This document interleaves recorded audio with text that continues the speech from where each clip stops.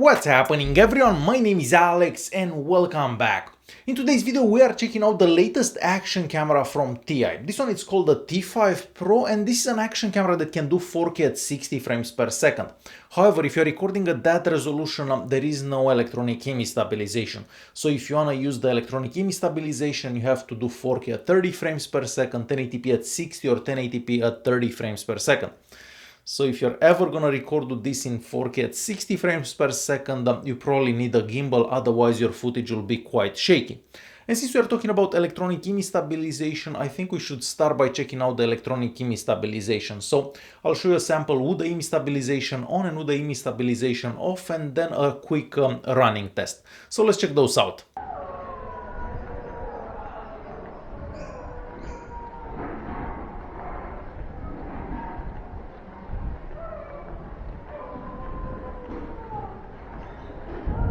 "4K 30 frames per second running test."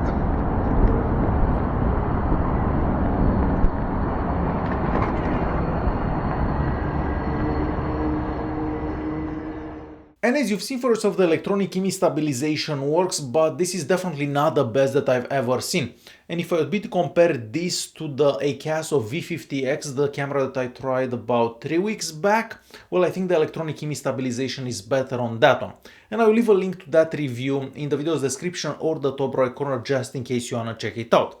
Alright, so moving on to a super quick unboxing. So the camera comes in a very cool looking box, and the first thing you see is basically the camera and the waterproof case. The waterproof case is good to up to 30 meters in the water, but personally I haven't been diving with it, but I did have the waterproof case in water and there was no water going inside.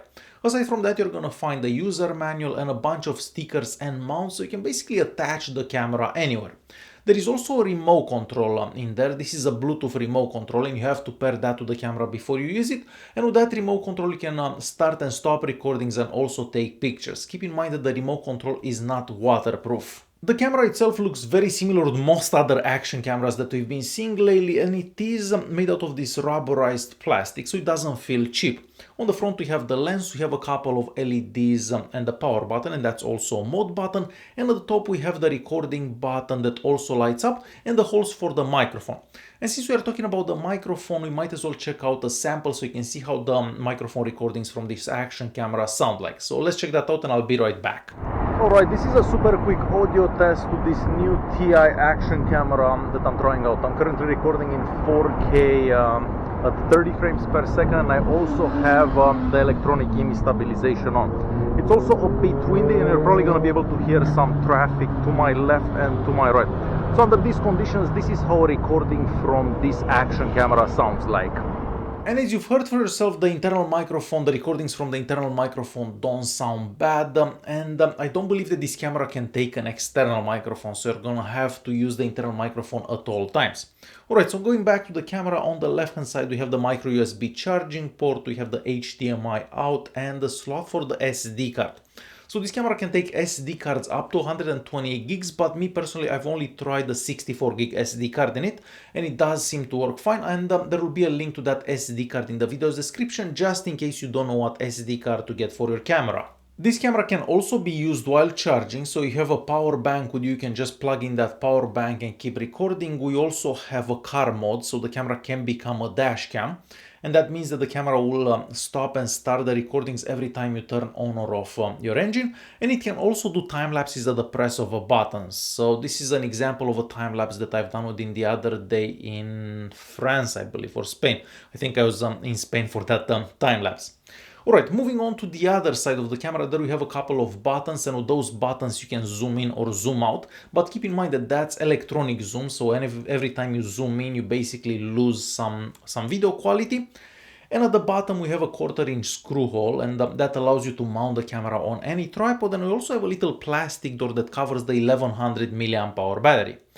Now on one charge you can get between 45 to 55 minutes if you're recording in 4K at 30 frames per second, or about an hour and 10 minutes if you're recording in 1080p. And lastly, on the back we have a 2-inch touchscreen that has good viewing angles and decent enough brightness so you can see it in most situations. Now keep in mind that the touch sensitivity isn't as good as you'd get on a phone, but this is quite normal for most action cameras that I've tried. Alright, and next we're gonna check out the most important thing for any action camera, and of course that is the video quality. So first we're gonna check out some daytime recordings that I've done with it. All the recordings are done in 4K at 30 frames per second, and I haven't used the gimbal. Everything was done with the electronic image stabilization, or I may have a couple of clips with the electronic image stabilization off, but I didn't use a gimbal for this one. So let's check out those daytime recordings and I'll be right back.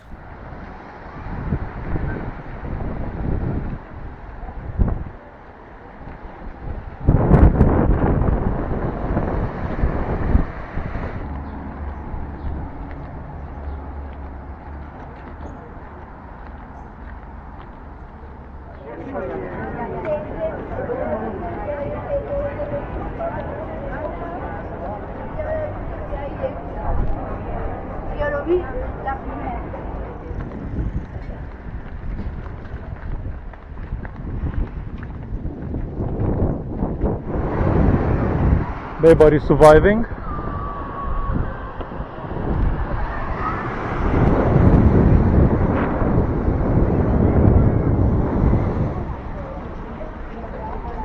Oh ja, das schon.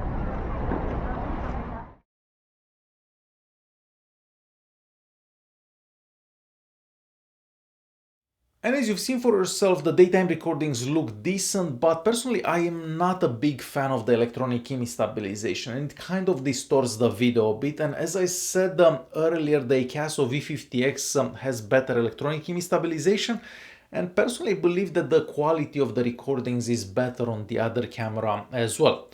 Next we're gonna check out some nighttime recordings, and once again some of the recordings are done with the electronic image stabilization on and some with the electronic image stabilization off. So let's check those out.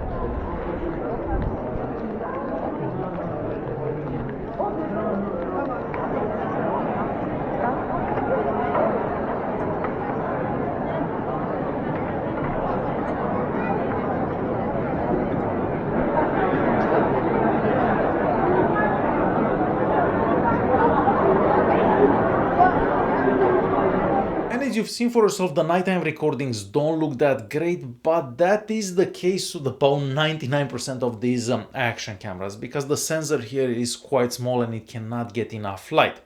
Now, if you turn off the electronic image stabilization, the footage looks a bit better, because the electronic image stabilization doesn't look that amazing. As for pictures, if you take pictures with plenty of light, the pictures turn out really good. They are very sharp and very detailed, but as soon as you don't have enough light, the pictures become quite blurry. So like most action cameras that I've tried in the past. Like most action cameras today, this one can also make a Wi-Fi network, and it can be controlled from your smartphone or tablet if you install an app on your smartphone or tablet. Now, this one supposedly you can also go live on Facebook and YouTube, but personally I haven't tried it because I just don't trust my YouTube account information to a Chinese app. So I'm not gonna try going live with it, but supposedly you can. The Wi-Fi connection only works good up to 10 meters away from the camera. And lastly, using the camera is extremely simple, like most action cameras that we've been seeing lately. So you can do everything from that touchscreen. Each mode has its own settings menu. So for example, if you go into the video mode, then you can change the resolution. You can turn on or off the image stabilization depending on the resolution that you select. And then of course we have a picture settings mode. You have a slow motion mode in there as well, and you can do like 1080p at 120 frames per second. And of course there is a general settings menu where you can change the languages, you can change the viewing angle, etc, etc. So the camera is extremely easy to use. So to quickly conclude this video, the T5 Pro is a fairly average camera if you ask me. The video quality is decent, but definitely not the best that I've seen. The image stabilization is okay, but not the best that I've seen. The nighttime recordings don't look that great, and personally I believe that the 4K at 60 frames per second is fake. because if you try editing that 4K at 60 frames per second footage, you get a couple of regular frames, like frames that you actually recorded, and then you get a black frame and so on. So I highly believe that the 4K at 60 frames per second is fake, but I cannot prove it, but I highly believe that. So if you're looking for a good camera and a cheaper camera, you should probably check out the EIS V50X because it's cheaper and better in my opinion. Alright guys, hopefully you enjoyed this video. If you did like it, don't forget to press that like button, don't forget to subscribe, and I'll see you in the next one. Thanks for watching.